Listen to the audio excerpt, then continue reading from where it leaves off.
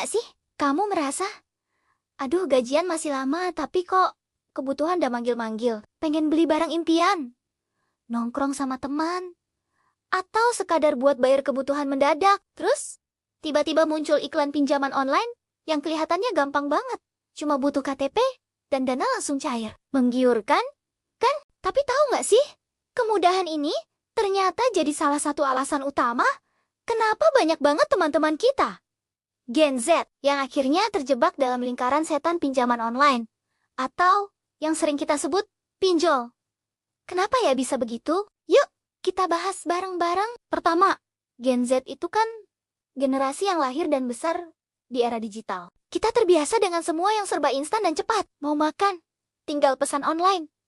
Mau belanja, tinggal klik. Nah, kebiasaan ini kebawa sampai ke urusan keuangan. Saat butuh dana cepat, pinjol jadi kelihatan seperti solusi paling praktis. Prosesnya yang nggak ribet dan cepat cair, bikin kita lupa mikirin risikonya di belakang. Kedua, gaya hidup. Media sosial itu panggung besar buat kita. Kita lihat teman atau influencer pamer liburan, gadget baru, atau outfit keren. Secara nggak sadar, muncul tekanan buat bisa keep up atau nggak ketinggalan zaman. Sayangnya, keinginan ini seringkali nggak sebanding sama kemampuan finansial kita. Akhirnya, pinjol jadi jalan pintas buat mendanai gaya hidup yang sebenarnya di luar jangkauan kita. Ketiga, dan ini yang paling penting, literasi keuangan yang masih kurang. Banyak dari kita yang mungkin belum paham betul cara mengelola uang, membedakan antara kebutuhan dan keinginan, apalagi soal bunga pinjaman.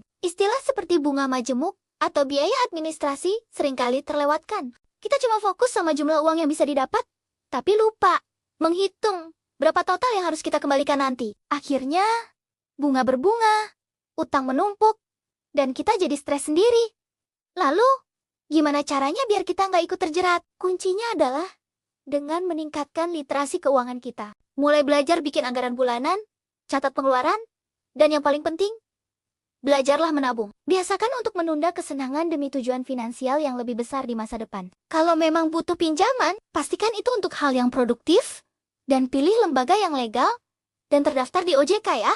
Jangan sampai kemudahan sesaat, malah bikin sengsara berkepanjangan. Yuk, jadi generasi yang cerdas, finansial. Jangan biarkan masa depan kita terbebani oleh utang. Kalau kamu punya pengalaman atau tips lain, coba deh share di kolom komentar. Terima kasih sudah nonton.